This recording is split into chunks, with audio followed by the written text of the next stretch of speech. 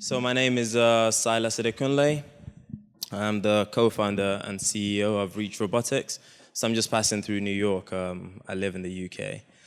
But originally, I'm actually from Nigeria. So I was born in Nigeria, lived there till I was about 11 years old, the beautiful, hectic Nigeria.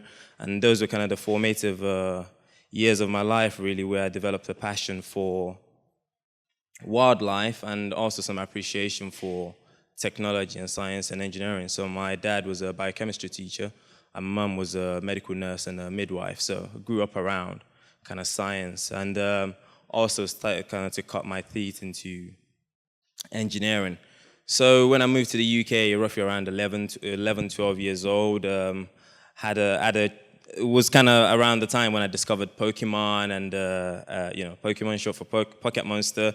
There's another one that people are not so familiar with called Digimon, short for Digital Monsters. Yeah, so a few people are familiar with that.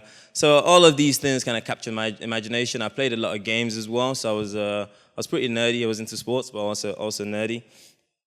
And then around kind of early teenage years, I discovered Lego kind of NXT kits as well. And that was through an after-school club. And I was just amazed by kind of what the world of robotics had to offer. So kind of started playing with computers, hacking. I think one of my teachers called me a menace to society at some point. So got into a bit of trouble. But this kind of passion for creating things and trying to blend the engineering with kind of wildlife never quite left me. So when I was trying to decide where to go for university, robotics was an obvious choice because you're essentially using engineering and mixing that with lessons you've learned from nature. So be it trying to build spiders. So I built a lot of exopods, a lot of things like that. And when I got to university, so went full circle, started trying to teach robotics using the Lego kits I used whilst I was a kid. And when I went into class, I was teaching some pretty tough kids, I think the politically correct term they use in the UK is children from kind of challenged backgrounds. So very short attention span. And so trying to get them to focus in class, I started taking some of the lessons I'd learned from playing games and attaching that to the classes. So, you're not building a robot, you're building a video game character that's going to race against another. And if you use these wheels, they're going to be a bit bigger and a bit faster. You can compete and bash them into each other. And slowly but surely, the lessons started to become stickier. The retention rate was a lot higher, the engagement was a lot higher. So I thought, there's something here, and this was in my first year of university. So off the back of these lessons, I started to have the idea that at that time I was a bit what's the word, disappointed by the current state of consumer robotics. So I'd gone into robotics with a massive imagination that there was going to be really cool robots. I got to university and it was all really boring kind of industrial robots. So with that realization was the thought that we could make something and merge all of that. And so I just wanted to show this landscape, to show kind of the state of things now.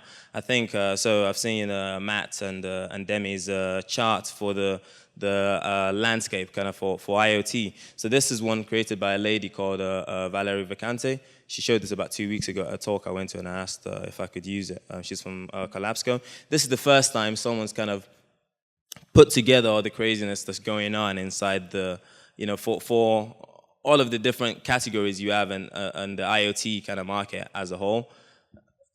An abstraction is also happening on the play kind of level as well. And there are lots of companies in that space, which kind of shows you that around over the last kind of 7-10 years, a lot of realization has come and moving towards, humanity is playing at a more complicated level than ever before. But it just shows you that a lot is happening in the space. So To cut the long story short, in 2013, during my undergraduate studies, I went and started Reach Robotics off the back of the name of the program I had in schools, which was called Reach Robotics. Brought on board two co-founders. One of them was also doing his PhD in robotics. I studied robotics, and another was a mechanical engineer. And together, we kind of grew Reach Robotics into the 40-man company it is today. I'll go through some lessons we learned and some of the tough challenges along the way. But this is Mechamon, so short for Mecha Monster. So I'll just turn it on. So picture Mechamon as a video game character in real life. It's got personality, it's got behavior, so I'm not connecting to it at the moment. Controlled by a smartphone or tablet. So this is a character that can level up over time, gets bored, gets angsty if you don't play with it. And then you can do a whole load of stuff with it. So I'll just show you a few quick things. So if I can connect. Cool. So hopefully I don't walk it off the edge. So for example, if you want to show express a death, so after a battle, for example, so it's agile enough to die a pretty dramatic death, including the twitch and everything.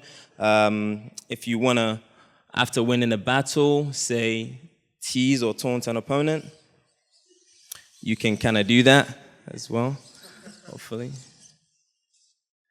And a lot more. So this was an animation created by one of the engineers in the office. So this is supposed to be Scaredy Cat. Let me see if you guys can see that or communicate that.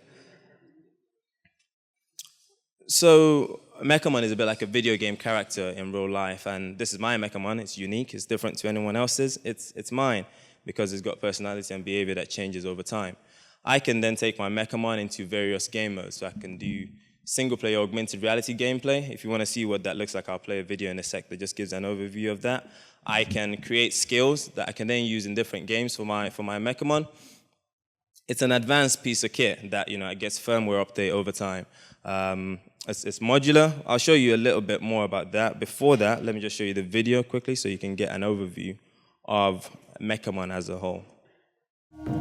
Mechamon, next-level robotics, gaming, and augmented reality.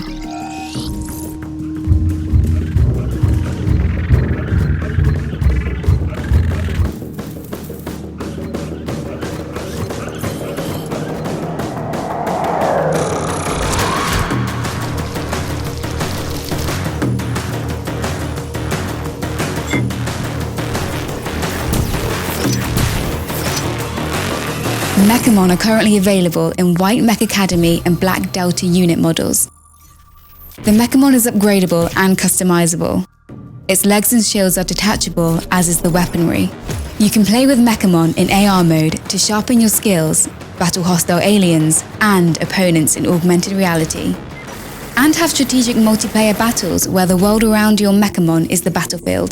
Mechamon, next-level robotics, gaming and augmented reality. So that gives you kind of a quick overview of the different kind of things. So for the AR part of it, when you're looking through the phone, we can spawn opponents that your physical, real Mechamon can interact with. So there's that magic between kind of the virtual opponent being able to interact with your real robot, and that's directional. So if you take a hit from the side, you fall over the right way, things like that. So obviously really complicated or complex piece of hardware. As you saw, it's modular itself, so there are 30 degrees of freedom per leg, so you're looking at kind of that. So 12 degrees in total. Controlling all of that is a challenge, so you're looking at some kinematics. Not the most complex type of control system, but it is when you look at it in terms of everything else that we have to do as well. So for the robots to interact with each other, you're doing that via infrared transceivers. And then you've got phone-to-robot communication via Bluetooth, and then phone-to-phone communication over Wi-Fi, and then phone to the cloud communication. So all of the challenges of a consumer hardware robotics company we have to solve, and then we've got all of the challenges of a software kind of app company as well that we have to solve, plus gaming. So quite a lot happening. But all of those features translate into entertainment. The robot has to be realistic and convincing. It has to be competition-driven. It has to be customizable, so my robot is uniquely mine. And it has to be content-driven, so we have to have a world around it. And also with AR, we can provide new adventures for people. So obviously, you can also code with it as well. In this age that we're living in, you've got STEM as well. Late last year, we had our retail launch with Apple. So if you went into any Apple store today, you'll be able to find Mechamon in there. We've kind of kept it quiet because everything has been a test for us to make sure that we get it right before we go big. This year, you hear a lot more about us. But I'll tell you the story of kind of how we got there. But we launched Mechamon with one of the best brands. It really shows you how much work we've put into it and how much effort has gone into making a really high-quality product.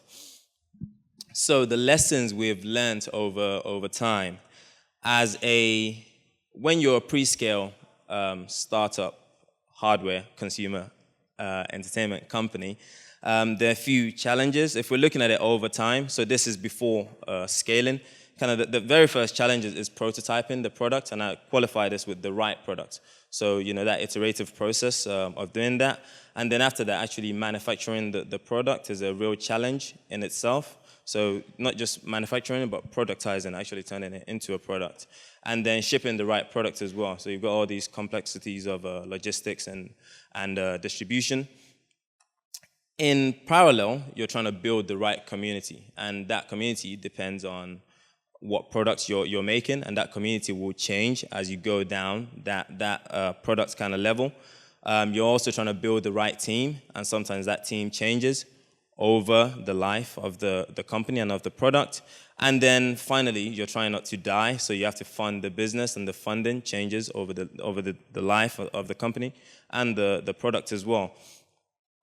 If this is hours and hours of stories of challenges, I'm going to focus on kind of around the top level of the product itself, given that I know we're short for time.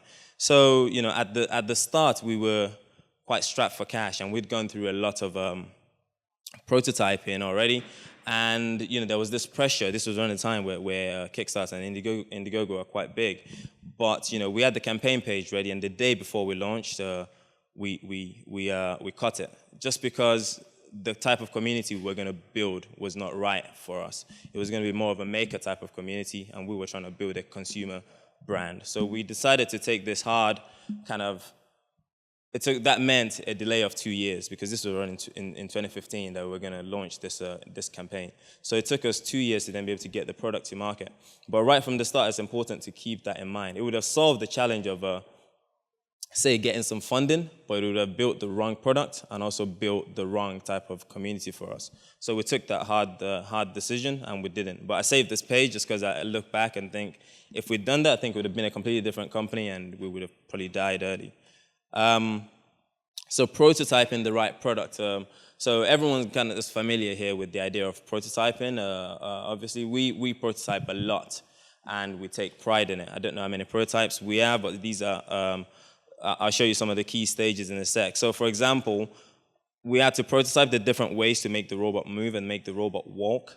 But also with augmented reality, the head of the robot, for example, was one part that took us months and months to prototype, and the constant conflict between design and functionality. So our head of software and games really wanted the perfect head, which is basically a ball, to have the right kind of specular reflection, whereas our industrial designer wanted it to look like a face. So we had to really strike that balance between how well the head worked for AR tracking and how good it looked. So but prototyping, that takes a lot of work.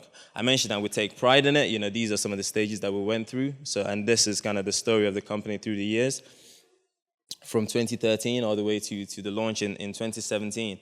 But so a lot of people are familiar with how much work and effort goes into prototyping, but they don't think of you basically have to put the same amount of work into productizing.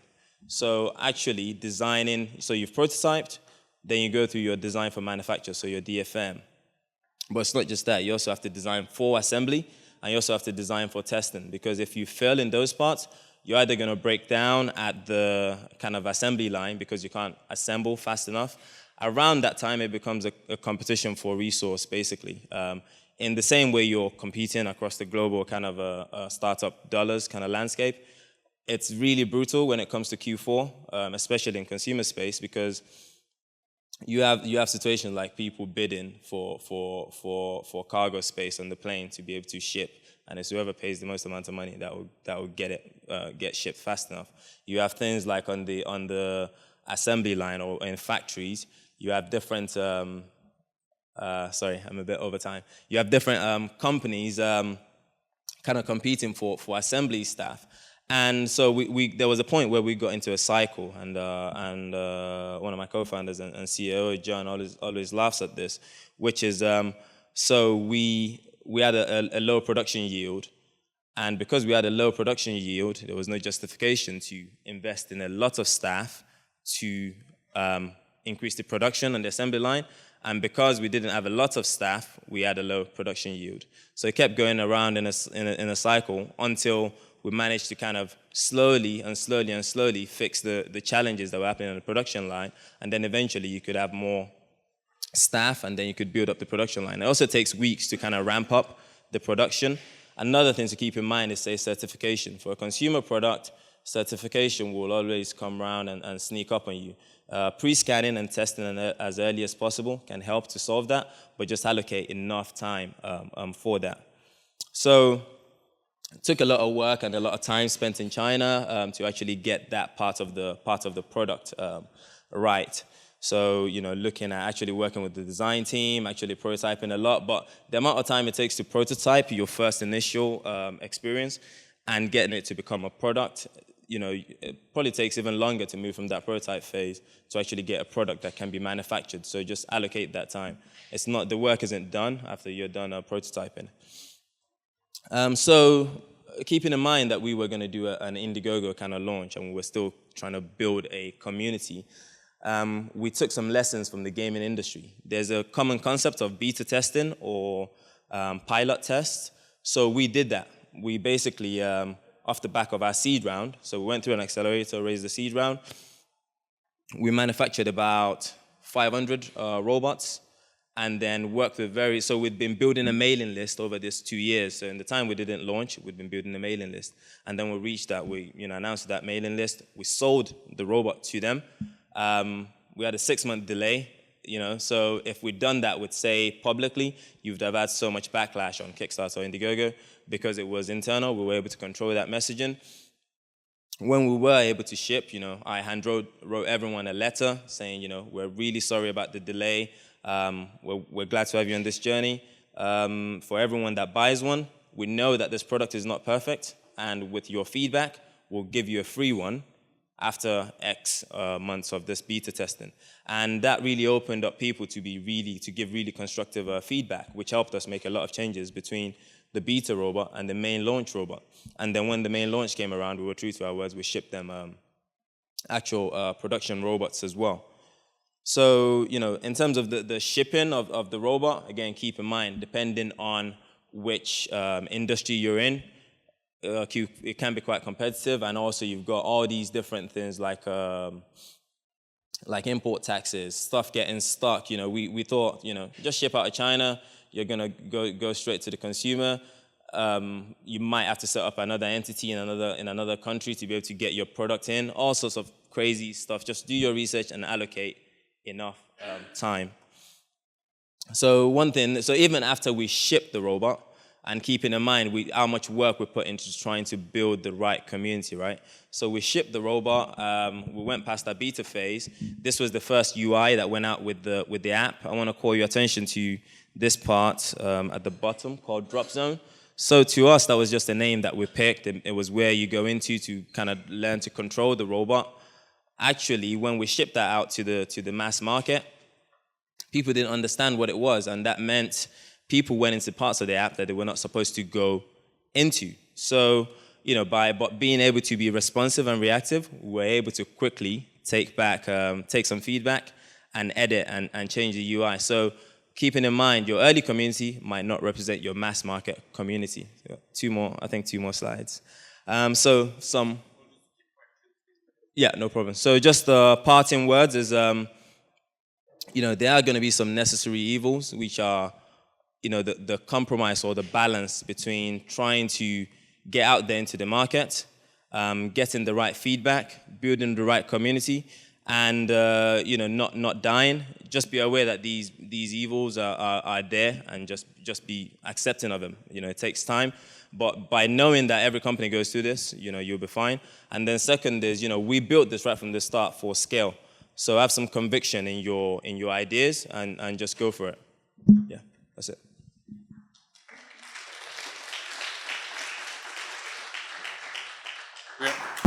This on? All right. So where did you find your original community, like the first 500? Who did you ship to and all that? Yeah, so I guess it's a mixture of, we went to lots of events. So right from the start, one thing I was never shy about was sharing the idea. So that community was built between 2013 when I started the company, brought on board my co-founder, and 2016 when we actually launched the campaign. So over 3 years, we just kept talking to people and building that mailing list. It's going to take time to build a prototype and build a product. So as long as you start telling people, and it depends on the industry. This was a consumer-facing kind of industry, so that was fine. If it's a B2B business with really high, stronger IP, then that wouldn't quite work for you. Did you go to a game developers conference? CES, went to CES, GDC, events like that, yeah. All right. Thank you so much. Appreciate it.